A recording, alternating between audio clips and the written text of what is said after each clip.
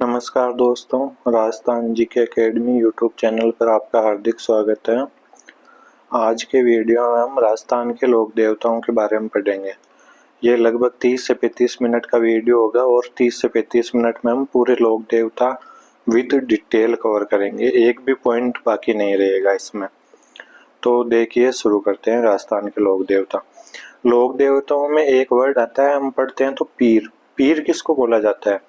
तो पीर ऐसे लोक देवता जिनकी पूजा हिंदू भी करते हैं तथा मुस्लिम भी करते हैं, तो वो पीर कहलाते हैं। जैसे रामदेव जी हो गए, पाबू जी, गोगा जी, अड़बू जी, ये पीर कहलाते हैं। तो राजस्थान में 5 पीर माने जाते हैं, पंच पीर बोला जाता है इनको। तो इनकी ट्रिक है गोपा मेरा। तो ट्रिक से आप देखिए इनको, जैसे गो से हो जाएगा गोगा जी, पा से पाबू जी, मे से मियाँ जी, ए से अड़बू जी, रा से रामदेव जी। अब एग्जाम में क्वेश्चन पूछा जाता है तो इसमें तेजा जी का नाम ऑप्शन में आता है। तेजा जी पंचपीरों में शामिल नहीं है। तो पहले लोक देवता के बारे में आप आइए, रामदेव जी। ये रामदेव जी के मंदिर की फोटो है। रामदेवरा रोनिचा जैसलमेर में जो इनका प्रमुख मंदिर है। तो रामदेव जी का जन्म हुआ था उड़ुकासमीर गांव है, बाड़मेर जिले की शिव तहसील में। इनका जन्म हुआ था भाद्रपद शुक्ल द्वितीया को। तो इनका जो जन्म हुआ वो बाबेरी बीज या बाबारी बीज कहलाता है। उड़ुकासमीर शिव जिला, शिव तहसील, बाड़मेर जिला। इनके पिता थे अजमाल जी तंवर, तंवर वंशीय। रामदेव जी राजपूत थे। तो पिता अजमाल जी तंवर, माता जी मैणा दे या मैणा दे। पत्नी को निहाल दे भी बोला जाता है, नेतल दे भी बोला जाता है। इनका घोड़ा था लीला घोड़ा, गानों में भी सुनते हैं लीले घोड़े रासवार। रामदेव जी को कृष्ण का अवतार माना जाता है। कृष्ण का अवतार के दो, चाहे विष्णु का अवतार के दो। तो रामदेव जी कृष्ण का अवतार हो गए तथा रामदेव जी के एक भाई थे वीरम देव जी, तो उनको बलराम का अवतार माना जाता था। तो घर में ही कृष्ण बलराम हो गए। रामदेव जी कृष्ण का अवतार और वीरम देव जी बलराम का अवतार। रामदेव जी को विष्णु का अवतार भी माना जाता था। अब रामदेव जी के बारे में देखिए। रामदेव जी को राम सा पीर कहते हैं। कौन कहते हैं? मुसलमान इनको राम सा पीर कहते हैं। इनको पीरों के पीर भी कहा जाता है। ये मक्का के 5 पीरों ने कहा। तो मक्का, जो मक्का मदीना है सऊदी अरब में, वहां से 5 पीर आए थे यहाँ पे जैसलमेर में रामदेव जी के पास। तो रामदेव जी के चमत्कार इस क्षेत्र में बड़े प्रसिद्ध थे। तो उन पीरों ने कहा हमें भी चमत्कार दिखाओ। तो रामदेव जी ने उन पीरों को चमत्कार दिखाया। तब उन्होंने कहा हम तो पीर है, आप पीरों के भी पीर हो। तो इसलिए रामदेव जी को पीरों के पीर कहा जाता है। रामदेव जी की 2 बहनें थी। एक बहन थी सुगनाबाई और डालीबाई मेघवाल को इन्होंने धर्मबेन बनाया था।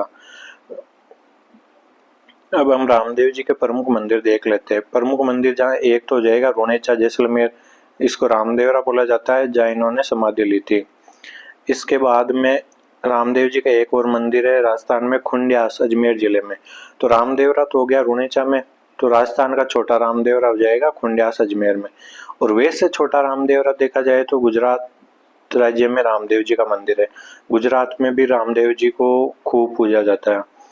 अब रामदेव जी का एक मंदिर है मसूरिया पहाड़ी, जोधपुर में। रामदेव जी के गुरु बालीनाथ जी का मंदिर यही है, रामदेव जी का मंदिर यही है। और जहाँ रामदेव जी का जन्म हुआ था उड़ुकासमीर बाड़मेर, वहाँ एक मंदिर फेमस है बिराटिया पाली, और एक है सूरता खेड़ा चित्तौड़गढ़। आपको ये 6 मंदिर याद रखने हैं। तो अब है रामदेव जी के गुरु बालीनाथ जी। बालीनाथ जी का मंदिर जोधपुर की मसूरिया पहाड़ी पर बना हुआ है। अब ये इम्पोर्टेंट वन लाइनर है, वो आप याद रखो अच्छे से। जैसे रामदेव जी के रात्रि जागरण होते हैं, जो रात में जागरण, उसको जम्मा कहा जाता है। एग्जाम में आया क्वेश्चन है। रामदेव जी के मेघवाल भक्तों को रीखिया बोला जाता है। मेघवाल जाति के भक्त बड़ी संख्या में हैं रामदेव जी के, क्योंकि रामदेव जी ने डालीबाई मेघवाल को अपनी धर्मबेन बना के सांप्रदायिक सद्भाव का परिचय दिया था तथा समाज से ऊंच नीच को भी मिटाया था। रामदेव जी के जो चमत्कार होते हैं उनको पर्चा बोला जाता है। रामदेव जी की ध्वजा है 5 रंगों की, पचरंगी ध्वजा है, उसको नेजा बोला जाता है। हम आमेर रियासत में पढ़ते हैं, आमेर रियासत का झंडा भी पचरंगा है और रामदेव जी की झंडा भी 5 रंगों की है, जिसे नेजा बोला जाता है। रामदेव जी के मंदिर को देवरा कहा जाता है, रामदेव जी का देवरा। तथा एक ब्यावले वर्ड है, ब्यावले वर्ड है भक्तों द्वारा गाए जाने वाले भजन। रामदेव जी के भक्त जो भजन गाते हैं उन भजनों को बोलते हैं ब्यावले। रामदेव जी के मंदिर में रामदेव जी के पगलियों की पूजा होती है। जो मुख्य मंदिर है उसमें पगलिये बने हुए हैं रामदेव जी के, उनकी पूजा की जाती है। अब रामदेव जी का मेला है भाद्रपद शुक्ल द्वितीया। जब रामदेव जी का जन्म हुआ था तो तब भाद्रपद शुक्ल एकादशी रामदेव जी ने समाधि ली थी। तो भाद्रपद शुक्ल द्वितीया से एकादशी तक ये 10 दिन का मेला चलता है। इसे सांप्रदायिक सद्भाव का मेला भी कहा जाता है। क्यों कहा जाता है? क्योंकि रामदेव जी के मेले में हिंदू भी आते हैं, मुस्लिम भी आते हैं, दोनों बड़ी संख्या में आते हैं, तो इसलिए इसे सांप्रदायिक सद्भाव का मेला कहा जाता है। रामदेव जी ने भैरव राक्षस था पोखरण वाले क्षेत्र में, उस क्षेत्र में भैरव राक्षस का बहुत बड़ा आतंक था, तो उन्होंने भैरव राक्षस के आतंक से सातलमेर पोखरण को बचाया।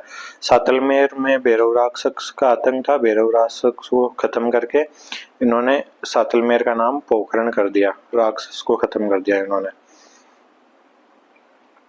अब इन्होंने की समाधि कब ली? समाधि ली थी भाद्रपद शुक्ल एकादशी को। इन्होंने रूणीचा में जीवित समाधि ली थी, जहाँ इनका मंदिर बना हुआ है रामदेवरा।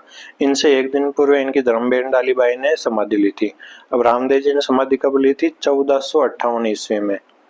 1458 ईस्वी में रामदेव जी ने समाधि ली थी। अब रामदेव जी ने एक पंथ भी चलाया था, कामड़िया पंथ। कामड़िया पंथ छुआछूत हुए भेदभाव को मिटाने के लिए पंथ चलाया था। तो समाज में उस टाइम भेदभाव, ऊंच नीच, छुआछूत बहुत थी, तो उसको मिटाने के लिए रामदेव जी ने कामड़िया पंथ चलाया। तो रामदेव जी के मेले में कामड़ जाति की महिलाएं तेरे-ताली नृत्य करती है। ये तेरे-ताली नृत्य खूब बार एग्जाम में पूछा गया है। किस लोक देवता के मेले में? रामदेव जी के मेले में किस जाति के महिलाएं? कामड़ जाति के महिलाएं।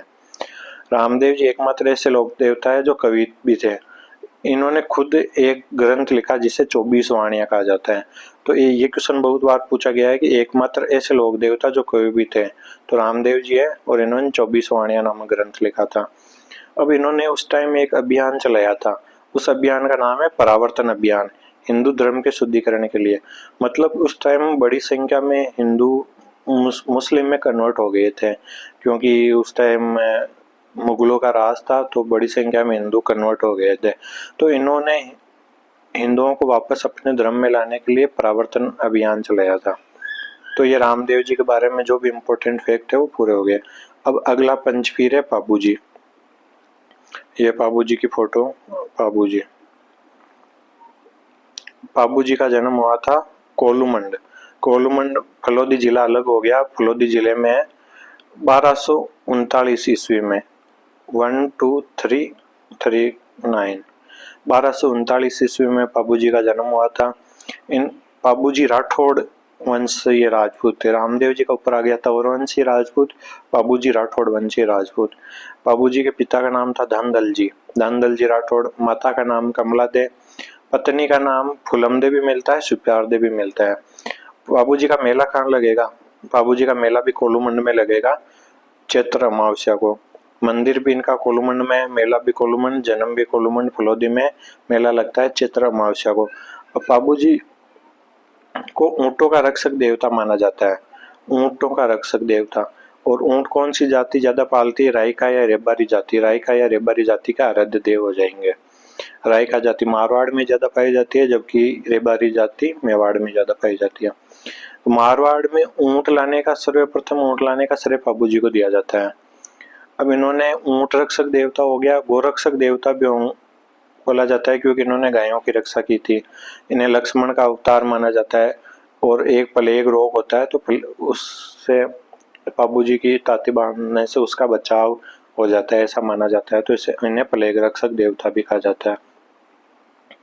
अब बाबू जी की घोड़ी कौन सी थी? केसर का आलमी। और ये घोड़ी बाबू जी की खुद की नहीं थी, देवली चारनी इनके गांव की महिला थी, उनकी घोड़ी थी। बाबू जी की जब शादी हो रही थी तो इनके पास घोड़ी नहीं थी, तो ये घोड़ी मांग के लाए थे देवली चारनी से। तो ये उस घोड़ी का नाम था केसर का आलमी घोड़ी।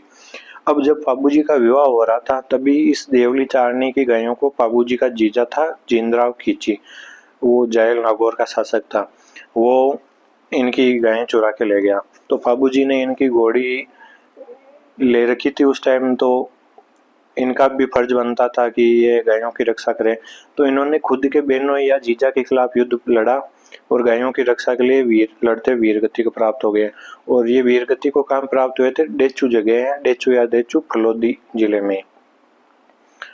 इसके बाद पाबू जी की फड़ के बारे में पढ़ते हैं। पाबू जी की फड़ नायक जाति के लोग पढ़ते हैं, नायक जाति के लोग पढ़ते हैं। और कौन सा वाद्य यंत्र काम में लिया जाता है? रावणत्था वाद्य यंत्र। अब पाबू जी के सहयोगियों के बारे में भी पूछा जाता है। ये गुजरात साइड के थे तथा इनको पाबू जी ने शरण दी थी। एक प्रमुख सहयोगी में डेमा, चांदा और हरमल रेबारी, इसलिए रेबारी जाति के लोग भी इनके खूब मानते हैं। डेमा, चांदा, हरमल रेबारी, तीन नाम आके याद रखो। पाबू जी पर कुछ रचनाएं एग्जाम में पूछे हुए क्वेश्चन है, इसलिए ये रचनाएं शामिल की है। पाबू प्रकाश लिखी थी आसिया मोड जी ने। पाबू प्रकाश हो जाएगा आसिया मोड जी। पाबू जी रा छंद हो जाएगा बिट्ठू में आजी। पाबू जी री बात लक्ष्मी कुमारी चुंडावत उदयपुर की प्रसिद्ध कवियत्री, मेवाड़ की प्रसिद्ध कवियत्री थी है। पाबू जी रा सोरठा पूछा जाए तो रामनाथ कविया, पाबू जी रा गीत पूछा जाए तो बाकीनास। इनकी कोई सॉल्यूशन नहीं है, ये चीजें याद रखनी है। 5 प्रमुख ग्रंथ है। मिलान के क्वेश्चन भी पूछ लिए जाते हैं कई बार इनमें। अगले लोक देवता गोगा जी। ये गोगा जी, अब गोगा जी का जन्म हुआ था ददरेवा चूरू में, एक जगह ददरेवा नामक, ददरेवा चूरू में इनका जन्म हुआ था। जन्म कब हुआ था? 1003 विक्रम संवत, विक्रम संवत 1003। और जन्म हुआ था गोगा नवमी को जन्म हुआ था। गोगा नवमी आती है भाद्रपद कृष्ण नवमी, भाद्रपद महीने की कृष्ण पक्ष की नवमी को। गोगा जी चौहान वंशीय राजपूत है, चौहान वंशीय राजपूत। इनके पिता का नाम था जेवर सिंह चौहान, माता का नाम था बांछल देवी, पत्नी का नाम था केलमदे। और केलमदे कहाँ की राजकुमारी थी? कोलुमंड की। कोलुमंड हमने अभी पढ़ा है कि कोलुमंड के बाबूजी कोलुमंड के रहने वाले थे, तो ये केलमदे कोलुमंड की राजकुमारी थी, गोगा जी की धर्मपत्नी। गोगा जी के गुरु का नाम कैसे हो जाएगा? गोरखनाथ जी। गोगा जी की घोड़ी का नाम हो जाएगा नीली घोड़ी। अब गोगा जी का मेला कहाँ पड़ता है? जन्म तो इनका ददरेवा चूरू में हुआ था, परंतु इनका मेला पड़ता है गोगा मेड जगह है नौर हनुमानगढ़ में। मेला पड़ता है गोगा नवमी को, भाद्रपद कृष्ण नवमी को गोगा नवमी आती है। अब जब गोगा जी महमूद गजनवी से युद्ध कर रहे थे तो इनका सिर अलग जगह गिरा था तथा इनका शरीर का बाकी पार्ट जिसे हम धड़ बोलते हैं वो अलग जगह गिरा था।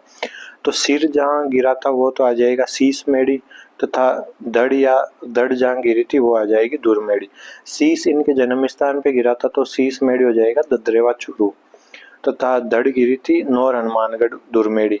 ये दुर्मेड़ी का इनाम बदल के बाद में हो जाएगा गोगा मेड़ी।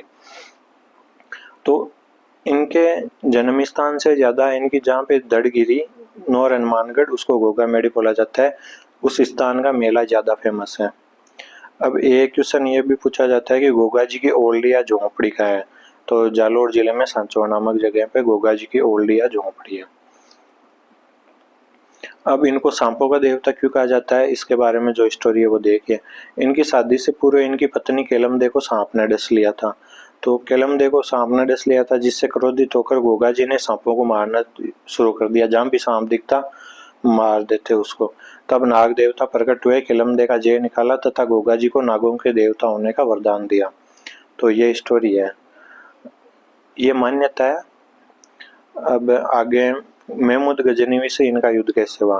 गोगा जी के 2 मौसेरे भाई थे, अर्जुन व सरजुन। इनसे जमीन के बंटवारे का विवाद चल रहा था, तो ये सारी गायें मोहम्मद गजनवी को दे दी। तो गायों की रक्षा के लिए गोगा जी ने महमूद गजनवी से युद्ध किया, वे वीर गति को प्राप्त हुए। अब इन्होंने बहुत वीरता से युद्ध किया था उस टाइम। तो महमूद गजनवी ने गोगा जी को बोला था कि जार पीर, यानी ये साक्षात देवता ही है जो ये युद्ध लड़ रहा है। गोगा जी के जो भी हम मंदिर या थान बोलते हैं वो हमेशा खेजड़ी के वृक्ष के नीचे मिलेंगे। और वहां पे गोगा जी की मूर्ति न होकर मूर्ति स्वरूप एक पत्थर पर सर्प, पत्थर बना हुआ होगा और उस पत्थर पे सर्प की आकृति अंकित होगी, उसकी पूजा होती है। अब हम पाबू जी में हमने पढ़ा था, पाबू जी रा छंद लिखा था बिट्टू मैया ने। तो गोगा जी में गोगा जी का रसावला ग्रंथ है वो बिट्टू मैया ने लिखा था। अब गोगा जी के एक बेटे हुए थे केसरिया कुंवर जी। केसरिया कुंवर जी को भी सर्पों का देवता माना जाता है। गोगा जी के बेटे केसरिया कुंवर जी के थान पर सफेद ध्वजा चढ़ाई जाती है। तो ये 5 पीरों में 3 पीर हो गए। अब हम पढ़ते हैं हड़बूजी सांकला के बारे में। हड़बूजी रामदेव जी के मौसेरे भाई थे। रामदेव जी का जन्म तो था उड़ूकास मिरसिव में, जबकि हड़बूजी का जन्म हुआ था मुंडोल नागौर में। हड़बूजी सांकला राजपूत है। इनके पिता का नाम था मेयाजी सांकला। हड़बू रामदेव जी के मौसेरे भाई थे। रामदेव जी के गुरु बालीनाथ जी, हड़बू जी के गुरु बालीनाथ जी, दोनों के गुरु एक ही थे। हड़बू अब राव जोधा इनके पास आशीर्वाद लेने आया था, जोधपुर की जिसने स्थापना करी थी। तो इन्होंने राव जोधा को कटार दी अपनी, तथा राव जोधा ने मंडोर पे आक्रमण करके उस पर अधिकार कर लिया। हड़बू जी ने राव जोधा को आशीर्वाद स्वरूप कटार दी थी तथा जोधा ने मंडोर जोधपुर पर अधिकार कर लिया। इससे राव जोधा खुश हुआ तथा हड़बू जी को बेंगटी की जागीर उपहार स्वरूप दी। तो हड़बू जी बेंगटी में आकर बस गए तथा इनका मंदिर भी बेंगटी में बना हुआ है। और हड़बू जी गायों की सेवा करते थे, अपंग गायें अपने आश्रम में अपंग गायें रखते थे तथा उनकी सेवा करते थे। तो इनके एक वाहन था, उसका नाम था सिया, जो बैलगाड़ी थी। इनका मंदिर बेंगटी जोधपुर में ही है, जो जागीर जोधा ने इनको दी थी। तो हड़बू जी इसी बैलगाड़ी से अपंग गायों के लिए चारा लाया करते थे। तो इनके पास जो बैलगाड़ी थी सिया नामक, उससे ये अपंग गायों के लिए चारा लाया करते थे। तो मंदिर में इनकी खुद की फोटो की पूजा नहीं होकर जो बैलगाड़ी है उसकी पूजा होती है। मंदिर में इनकी बैलगाड़ी की पूजा होती है। और हड़बू जी गायों की सेवा करने के अलावा ये शकुन शास्त्र के भी ज्ञाता थे। तो इनका उपनाम था शकुन शास्त्र के ज्ञाता। अगले पंच पीर में लास्ट पीर मियाजी मांगलिया। मियाजी मांगलिया ये टापू गांव जोधपुर में इनका जन्म हुआ था। और कब जन्म हुआ? कृष्ण जन्माष्टमी। तो इनका जन्म होने से कृष्ण जन्माष्टमी को मियाष्टमी भी कहा जाने लगा। और कब आती है ये कृष्ण जन्माष्टमी? भाद्रपद कृष्ण अष्टमी को। तो मियाजी मांगलिया का जन्म हुआ था कृष्ण जन्माष्टमी को टापू गांव जोधपुर में। ये क्यों फेमस है? ये इन्होंने गायों की रक्षा की। इनकी एक धर्मबेन थी पाना गुजरी। तो ये अपनी धर्मबेन पाना गुजरी की गायों की रक्षा करते हुए वीरगति को प्राप्त हुए थे। तो इनको भी गायों के रक्षक देवता, अधिकतर लोग देवता जो भी हम पढ़ेंगे अधिकतर ने गायों की रक्षा की है। इनका एक घोड़ा था किरड़ काबड़ा घोड़ा। इनका घोड़ा एग्जाम में पूछा जाता है, किरड़ काबड़ा। इनका प्रमुख मंदिर है बापिनी गांव जोधपुर में। इनके जो पुजारी होते हैं वो वंश में वृद्धि नहीं करते, मतलब इनके पुजारी के बच्चे नहीं होते। और ये मारवाड़ के शासक रावचुंडा के समकालीन लोक देवता थे। अब हम अगले लोक देवता पढ़ते हैं, वीर तेजा जी। ये रहे वीर तेजा जी। वीर तेजा जी का जन्म हुआ था खरनाल नागौर में। और जन्म कब हुआ? 1073 ईस्वी, 1073 ईस्वी करनाल नागौर में हुआ था। माघ शुक्ल चतुर्दशी, माघ महीने की शुक्ल पक्ष की चतुर्दशी को इनका जन्म हुआ था। ये धोलिया गोत्र के जाट थे। तो इनके पिता हो जाएंगे ताड़ जी जाट, माता हो जाएगी रामगौरी। इनकी शादी हुई थी पन्नेर, अजमेर में गांव है पन्नेर, वहाँ की पेमल दे से इनकी शादी हुई थी। अब इनके उपनाम के बारे में देखिए, काला वे बाला का देवता कहा जाता है इनको। सर्परक्षक देवता कहा जाता है क्योंकि इनको सांप ने डसा था तथा ये वरदान दिया था कि जो जिस भी व्यक्ति को सांप डसेगा उसकी तेजा जी के थान पे जाने से वो जेल निकल जाएगा। तो इनको सर्परक्षक देवता माना जाता है। इनको शिव जी के अवतार माना जाता है तथा इनको कृषि उपकारक देवता भी माना जाता है। जो किसान वर्ग, जो किसान समुदाय है वो बुआई करते समय इनके गीत गाते हैं, उसको तेजा टेर कहते हैं। इनका मेला लगता है तेजा दशमी को। तेजा दशमी कब आती है? भाद्रपद शुक्ल दशमी को। इनकी जो प्रिय घोड़ी थी वो लीलन घोड़ी, दूसरा नाम उसका सिणगारी भी है। तेजा जी का जन्म धौलिया जाट गोत्र में हुआ था।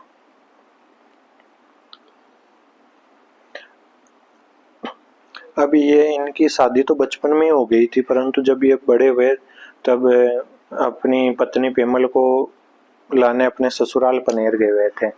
वहां पे इनकी पत्नी पेमल की सहेली आ गई लाचा गुजरी। उसकी लाचा गुजरी की गायें ले गए थे मेर के मीणा लाचा गुजरी की गायें चुरा के ले गए। तो वो रोती रोती तेजा जी के पास आई। तो तेजा जी ने मेर के मीणाओं से युद्ध करके इनकी गायों को मुक्त करवाया था। इसके बाद में गायों को मुक्त करवा के ये वापस आ रहे थे तो सेंदरिया, ब्यावर जिले में सेंदरिया नामक जगह है, वहाँ पे सर्प ने डसा था इनको, जिससे इनका निधन हुआ था सुरसुरा अजमेर नामक जगह पे। सुरसुरा में इनका भव्य मंदिर बना हुआ है। तो हम तेजा जी के प्रसिद्ध मंदिरों के बारे में पढ़ते हैं। एक प्रसिद्ध मंदिर है खरनाल नागौर में, जहाँ इनका जन्म हुआ था। इसके अलावा एक प्रसिद्ध मंदिर है सुरसुरा अजमेर में, जहाँ इनका निधन हुआ था। इसके अलावा परबसर अजमेर में इनका मंदिर है। ये मंदिर बनवाया था जोधपुर महाराजा उदय सिंह ने। जो तेजा जी की मूर्ति थी सुरसुरा में, अभय सिंह जी के समय इनकी मूर्ति को सुरसुरा से परबसर लाया गया था। अब परबसर में वर्तमान में तेजा जी का भव्य मंदिर बन चुका है, जो परबसर एमएलए रामनिवास गावड़िया जी उनके प्रयासों से वर्ष 2023 में भव्य मंदिर बन चुका है परबसर में। इनके अलावा तेजा जी का पर से एक मंदिर है बासी दुगारी, बूंदी जिले में जगह है बासी दुगारी, वो तेजा जी की कर्मस्थली कहलाई जाती है। इसके अलावा सेंद्र या ब्यावर नामक जगह पे जाएं, तेजा जी को सर्प ने डसा था, वहाँ पे मंदिर है। इसके अलावा भावता अजमेर जगह पे। तो ये 6 मंदिर आपको याद रखने हैं। तेजा जी का जो मंदिर होता है उसको तेजा जी का थान कहा जाता है, तथा तेजा जी के मंदिर के अंदर जो पुजारी होता है उसको गोड़ कहा जाता है। जो सर्प डसे व्यक्ति को ये गोड़, जो तेजा जी का पुजारी होता है वो खुद जहर चूस कर बाहर निकालता है। वर्ष 2011 में तेजा जी पर 5 रुपए का डाक टिकट जारी हुआ। कौन से वर्ष में? 2011 में 5 रुपए का डाक टिकट जारी हुआ। अब है देवनारायण जी।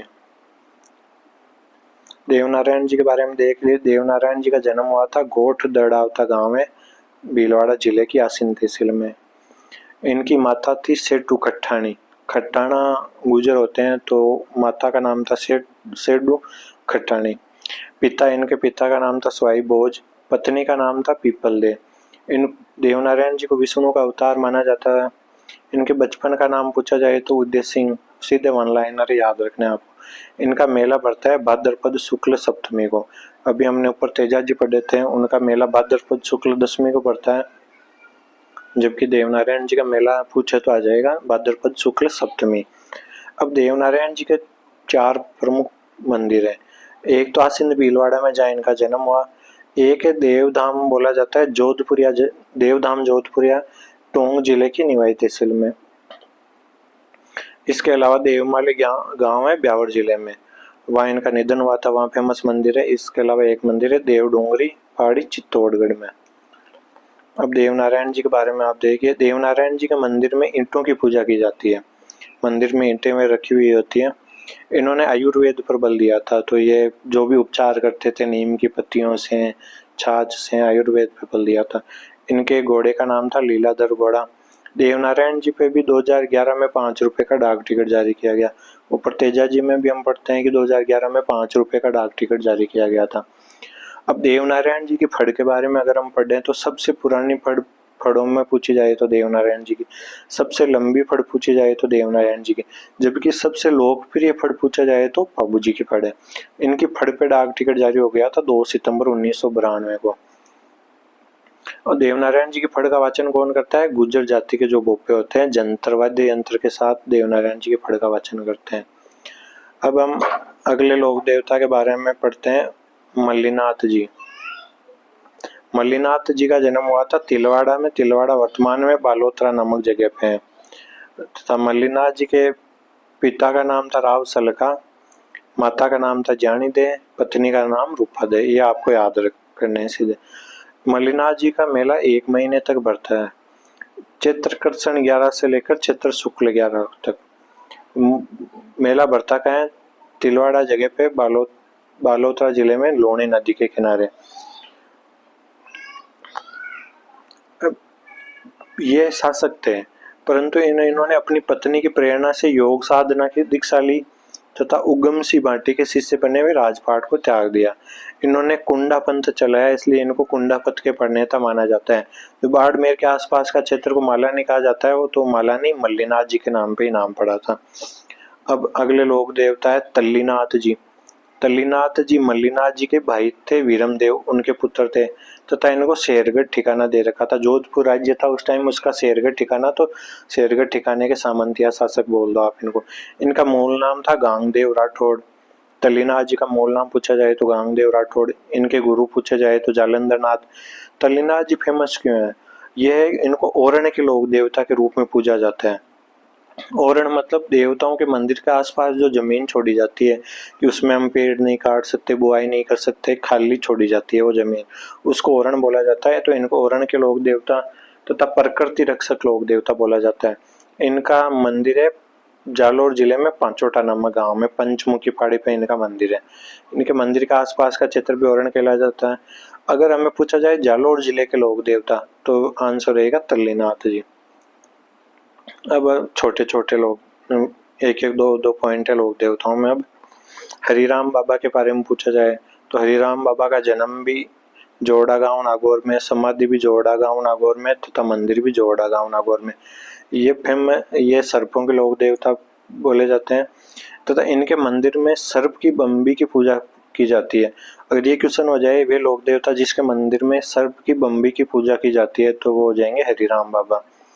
इसके अगले लोक देवता बिग्गाजी जाट। बिग्गाजी जाट का जन्म हुआ था रीडी गांव बीकानेर में, बीकानेर जिले के रीडी गांव में। और जाटों में एक जाखड़ गोत्र है, उसके लोक देवता बोले जाते हैं बिग्गाजी जाखड़। अब अगले लोक देवता है जुंजार जी। जुंजार जी का जन्म हुआ था इमलोहा, सीकर जिले के इमलोहा गांव में। इनका मेला पड़ता है रामनवमी को। रामनवमी आती है चैत्र शुक्ल नवमी को रामनवमी आती है। और शेखावटी के लोक देवता जुंजार जी। अब वीर फत्ता जी। वीर फत्ता जी का जन्म हुआ था साथू गांव जालोर में। इनका मेला पूछा जाए तो भाद्रपद शुक्ल नवमी। अब देव बाबा। देव बाबा का जन्म और मंदिर दोनों ही भरतपुर जिले के नांगला जाज नामक जगह पे है। देव बाबा को ग्वालों के पालनहार बोला जाता है। ये खुद भी गायें चराते हैं और इनकी पूजा स्थल कहाँ होती है, नीम के पेड़ के नीचे इनकी पूजा होती है और इनकी सवारी है भैंसा। अब है मामा देव। मामा देव को बरसात का देवता बोला जाता है। जब बरसात नहीं होती है तो इनकी पूजा की जाती है। मामा देव का मंदिर ना होकर लकड़ी का तोरण गांव के मुख्य द्वार के पास, जहाँ गांव की सीमा लगभग खत्म हो जाती है, मुख्य द्वार के उसके बाहर इनका लकड़ी का तोरण स्थापित किया जाता है। पहले इनको खुश रखने के लिए भैंसे की बलि दी जाती थी। वर्तमान में इस पे रोक लगा दी है। जब बारिश नहीं होती थी तो भैंसे की बलि देके इनकी पूजा की जाती थी। मामा देव के मिट्टी के घोड़े जालोर के हरजी गांव में बनाए जाते हैं। हस्तकला में पढ़ते हैं कि मामा देव के मिट्टी के घोड़े कहाँ के फेमस है, तो जालोर के हरजी गांव के फेमस है। अब ये तो हो गए मामा देव बरसात के देवता। अगर हमें घोड़ों के लोक देवता पूछा जाए तो घोड़ों के लोक देवता हो जाएंगे आलमजी जेतमलोत। ये जेतमलोत गोत्र के राठौड़ थे, आलमजी जेतमलोत। इनका मंदिर हो जाएगा आलमजी का दौरा, बाड़मेर जिले में आलमजी का दौरा नामक गांव में। घोड़ों को लोक देवता तथा ये इनका मंदिर है लूणी नदी के किनारे। अब 5 लोक देवता और बचे हैं, एक एक दो दो लाइन के हैं। अब है रूपनाथ जी या जरडा जी। अब ये रूपनाथ जी थे पाबू जी के बड़े भाई थे, एक बुड्ढो जी उनके पुत्र थे, मतलब ये पाबू जी के भतीजे हुए। इनका मंदिर कोलूमंड फलोदी में बना हुआ है। पाबू जी का जन्म कोलूमंड फलोदी में हुआ, उनका मंदिर वहीं है, तो इनका मंदिर भी ऑब्वियसली वहीं होगा। तो इनका मंदिर कोलूमंड फलोदी में बना हुआ है। पाबू जी की हत्या उसके बेनोई जिंदराव खींची ने कर दी थी, तो इन्होंने जिंदराव खींची को मारकर अपने चाचा पाबू जी की हत्या का बदला लिया। अब ये फेमस क्यों है कि इनकी हिमाचल प्रदेश में भी पूजा होती है तथा हिमाचल प्रदेश में इनको बालकनाथ के नाम से पूजते हैं। अगले लोक देवता भौमिया जी। भौमिया जी भूमि के रक्षक देवता, जो भूमि की रक्षक देवता को भौमिया जी माना जाता है। जयपुर में एक फेमस मंदिर है नारसिंह भौमिया का मंदिर। अब अगले लोक देवता है क्षेत्रपाल या क्षेत्रपाल। क्षेत्र मतलब खेत, खेत जमीन। तो राजस्थान में ग्राम रक्षक देवता के रूप में इनकी पूजा की जाती है। सर्वाधिक मंदिर डूंगरपुर। अब है कल्लाजी राठौड़। कल्लाजी राठौड़ कौन है? ये मीराबाई के भतीजे हैं। मीराबाई कहें कि थी मेड़ता नागौर की, तो इनका जन्म भी मेड़ता नागौर। मीराबाई की जब शादी हुई थी तब इनके साथ मीराबाई के भाई जेमल और ये भतीजे कल्लाजी राठौड़ भी चित्तौड़ चले गए थे। तो जब चित्तौड़ का तीसरा साका हुआ तो इनके चाचा जेमल राठौड़ के पैर में चोट आ गई थी, तो इन्होंने अपने चाचा जेमल राठौड़ को कंधे पे बैठाकर युद्ध किया तथा वीरगति को प्राप्त हुए। तब अकबर भी चित्तौड़ के तीसरे साके के टाइम अकबर भी लड़ने आया था। अकबर ने इनको देखा तो ऐसे लग रहे थे जैसे 4 हाथ है, तो अकबर ने इन्होंने 4 हाथों वाला लोक देवता कहा। ये वीरगति को वहीं चित्तौड़ दुर्ग में प्राप्त हो गए, तो चित्तौड़गढ़ दुर्ग में बेरो पोल पे इनकी छतरी बनी हुई है। अब ये मेड़ता के जेमल राठौड़ जो शासक था मेड़ता का तथा जो चित्तौड़ में इनके साथ वीरगति को प्राप्त हुए, उनके छोटे भाई थे आज सिंह, उनके पुत्र थे ये कलाजी राठौड़। इनको शेषनाग का अवतार भी बोला जाता है। 4 हाथों वाले लोक देवता, तो 4 हाथों के इस टाइप से शेषनाग के अवतार भी माना जाता है। इनका मुख्य मंदिर है रूणेला, सलूम्बर जिले में रूणेला नामक जगह है, वहाँ पे इनका मुख्य मंदिर है। तथा एक सांवलिया है, डूंगरपुर जिले में सांवलिया जगह है, और वहाँ पे इनकी काले पत्थर की प्रतिमा है जिस पर अफीम व केसर चढ़ाई जाती है, सांवलिया डूंगरपुर में। अब 3 लोक देवता और बचे हैं। इल्लोजी, इल्लोजी है मारवाड़ क्षेत्र के लोक देवता है। ये इल्लोजी को छेड़छाड़ का लोक देवता बोला जाता है। स्वयं तो ये जीवन भर कुंवारे रहे। मान्यता है इनकी पूजा करने से शादी हो जाती है। इनकी खुद की शादी नहीं हुई, बट ये मान्यता है कि इनकी पूजा करने से शादी हो जाती है। स्वयं जीवन भर कुंवारे रहे, छेड़छाड़ के लोक देवता। ये क्वेश्चन कई बार एग्जाम में पूछा जा चुका है कि छेड़छाड़ के लोक देवता किन्हें माना जाता है, तो यह है इल्लोजी। और होलिका इनकी प्रेमिका थी, ऐसी मान्यता है कि होलिका इनकी प्रेमिका थी, तो बाड़मेर में होली पर इनकी बारात निकाली जाती है। अब हम पढ़ते हैं भूरिया बाबा। भूरिया बाबा का दूसरा नाम है गौतमेश्वर महादेव। तो ये जो गोडवाड़ क्षेत्र के मीणा है, गोडवाड़ क्षेत्र मतलब सिरोही जालोर के आसपास का क्षेत्र, गोडवाड़ क्षेत्र के मीणों के ये इष्ट देव है भूरिया बाबा या गौतमेश्वर बाबा। और इनका मुख्य मंदिर का है पोसलिया जगह है, सिरोही जिले के शिवगंज तहसील में पोसलिया नामक जगह पर इनका मंदिर है। ये ऐसे माना जाता है कि मीणा भूरिया बाबा की कसम खाकर झूठ नहीं बोलते। अब लास्ट लोक देवता डूंगर जी व जवार जी। इनका जन्म हुआ था बठोट पाटोदा, सीकर जिले के लक्ष्मणगढ़ तहसील में बठोट पाटोदा नामक गांव में इनका जन्म हुआ था, डूंगर जी और जवार जी का। ये शेखावाटी क्षेत्र के लोक देवता कहलाएंगे। हमने ऊपर पढ़ा था शेखावाटी क्षेत्र के लोक देवता के बारे में, झुंझार जी भी तथा ये भी। 1857 की क्रांति के देवता भी बोला जाता है इनको। ऐसा क्यों? क्योंकि जब 1857 की क्रांति चल रही थी तब ये अंग्रेजों से और अमीरों से तो धन लूटते तथा गरीबों में बांटते थे। तो इस प्रकार से जो 1857 की क्रांति के जो सेनानी थे उनको भी इन्होंने आर्थिक रूप से खूब सहायता की, तो इनको 1857 की क्रांति के देवता भी कहा जाता है। तथा राजस्थान के रोबिनहुड, रोबिनहुड किसको बोला जाता है कि जो अमीरों से धन लूटे तथा गरीबों में बांटे, तो इनका भी यही काम था, तो इनको राजस्थान के रोबिनहुड कहा जाता है। तो ये हमने मात्र 30 मिनट में राजस्थान के लोक देवता कंप्लीट कर दिए, वो भी फुल डिटेल के साथ। डिटेल ऐसे कि कोई भी एग्जाम में जो वनडे कंपटीशन एग्जाम है उनमें अगर लोक देवता से संबंधित कोई क्वेश्चन आएगा तो इस नोट्स में से 30 मिनट की क्लास में से आपको मिल जाएगा। Thank you so much.